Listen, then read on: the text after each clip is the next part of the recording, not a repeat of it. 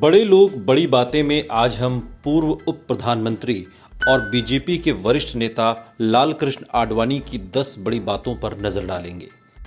एक ही स्कूल में पढ़ते थे आडवाणी और परवेज मुशर्रफ। 8 नवंबर साल 1927 को जन्मे बीजेपी नेता लाल कृष्ण आडवाणी और पाकिस्तान के पूर्व राष्ट्रपति जनरल परवेज मुशर्रफ ने कराची में एक ही school Saint Patrick high school में पढ़ाई की है। यहीं उन्होंने कराची के मॉडल हाई स्कूल में एक अध्यापक के तौर पर नौकरी भी की थी।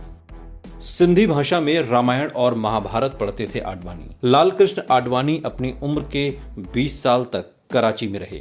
यहाँ तक कि उन्हें हिंदी पढ़ना लिखना नहीं आता था और वे सिंधी भाषा में रामायण और महाभारत पढ़ते थे। वो हिंदी सिनेमा देखने की वजह से हिंदी थोड़ा बहुत समझ लेते थे। बाद में उन्होंने राजस्थान में हिंदी सीखी। आजादी मिलने पर भावुक हो गए थे युवा आडवाणी। भारत को अंग्रेजों से आजादी मिली तब लाल कृष्ण आडवाणी की आंख से खुशी के आंसू निकल आए। लेकिन भारत की आजादी के बाद भारत और पाकिस्तान का बंटवारा हुआ था।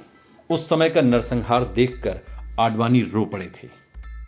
फिल्मों से भी है लाल कृष्ण आडवाणी का नाता। पूरा जीवन राजनीति में देने वाले लाल कृष्ण आडवाणी का ताल्लुक फिल्मों से भी रहा। साल 1975 में मशहूर निर्माता निर्देशक रामानंद सागर ने भगवान श्री कृष्ण पर आधारित एक फिल्म बनाने की घोषणा की। टाइटल था योगेश्वर कृष्ण। इसी साल इस फिल्म का मुहूर्त भी निकला। इस फिल्म के डायलॉग और स्क्रीन प्ले लाल कृष्ण आडवाणी ने लिखे थे। शादी की सालगिरह पर बने दूल्हा। लाल कृष्ण आडवाणी ने अपनी शादी की 50वीं सालगिरह के मौके पर वो एक बार फिर दूल्हा बने। दिल्ली स्थित अपने निवास स्थान पर आडवाणी ने अपनी सालगिरह पर फिर से दूल्हे के कपड़े पहनकर अपनी पत्नी के साथ दोबारा से शादी की सारी रस्में निभाईं।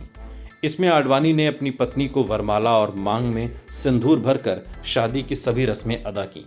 इस मौके पर प्रधानमंत्री नरेंद्र मोदी, उपराष्ट्रपति हामिद अंसारी सहित अनेक मेहमान मौजूद थे। चुनाव हारने के बाद अटल आडवाणी ने देखी फिल्म। जनसंघ के दिनों में लोकसभा का उपचुनाव हारने के बाद चुनाव हारने की मायूसी को दबाने के लिए अटल बिहारी वाजपेयी ने लाल कृष्ण आडवाणी के साथ फिल्म देखी। दिल्ली के इंपीरियल सिनेमा हॉल में फिर सुबह होगी नाम की ये फिल्म देखी थी। आडवाणी ने निकाली रथ यात्रा। आडवाणी ने राजनीति में जनसंपर्क के लिए रथ यात्रा का जरिया चुना था। उन्होंने राम रथ यात्रा, जनादेश यात्रा, स्वर्ण जयंती रथ यात्रा, भारत उदय यात्रा, भारत सुरक्षा यात्रा, जन चेतना यात्रा आदि यात्राएं निकाली थीं जो हमेशा चर्चा में रहीं। जिन्ना की तारीफ आडवाणी को महंगी पड़ी। 2005 में पाकिस्तान दौरे पर आडवाणी ने मोहम्मद अली जिन्ना की जो तारीफ की उसका खामियाजा उन्हें आज तक भुगतना पड़ रहा है। करीब 16 साल पहले लाल कृष्ण आडवाणी पाकिस्तान के कराची में जिन्ना के मकबरे पर गए थे और वहां मौजूद रजिस्टर में लिखा कि ऐसे कई लोग हैं जो इतिहास में अपनी अमिट पहचान छोड़ जाते हैं, लेकिन बहुत कम लोग हैं जो वास्तव में इतिहास बनाते हैं। कायदे आजम मोहम्मद अली जिन्ना एक ऐसे ही दुर्लभ व्यक्ति हैं। इसके बाद संघ ने लाल कृष्ण आडवाणी पर दबाव बनाया और सारे पद से उन्हें इस्तीफा देना पड़ा। चॉकलेट और क्रिकेट के शौकीन हैं आडवाणी। लाल कृष्ण आडवाणी को पुरानी फिल्में देखना और उसकी समीक्षा करने का शौक है। नई फिल्में भी लाल कृष्ण आडवाणी को पसंद आती हैं और वो उसकी भी समीक्षा करते हैं। उन्हें क्रिकेट देखना भी बहुत पसंद है। वनडे और टेस्ट क्रिकेट आडवाणी को बहुत पसंद है। दोस्ती की मिसाल थे अटल आडवाणी। लाल कृष्ण आडवाणी और अटल बिहारी वाजपेयी की मुलाकात संघ के कार्यक्रम में हुई थी। तब से लेकर वाजपेयी की मृत्यु तक दोनों की दोस्ती एक मिसाल रही। दोनों ने एक साथ पार्टी चुनाव प्रचार और पार्टी का कामकाज भी संभाला।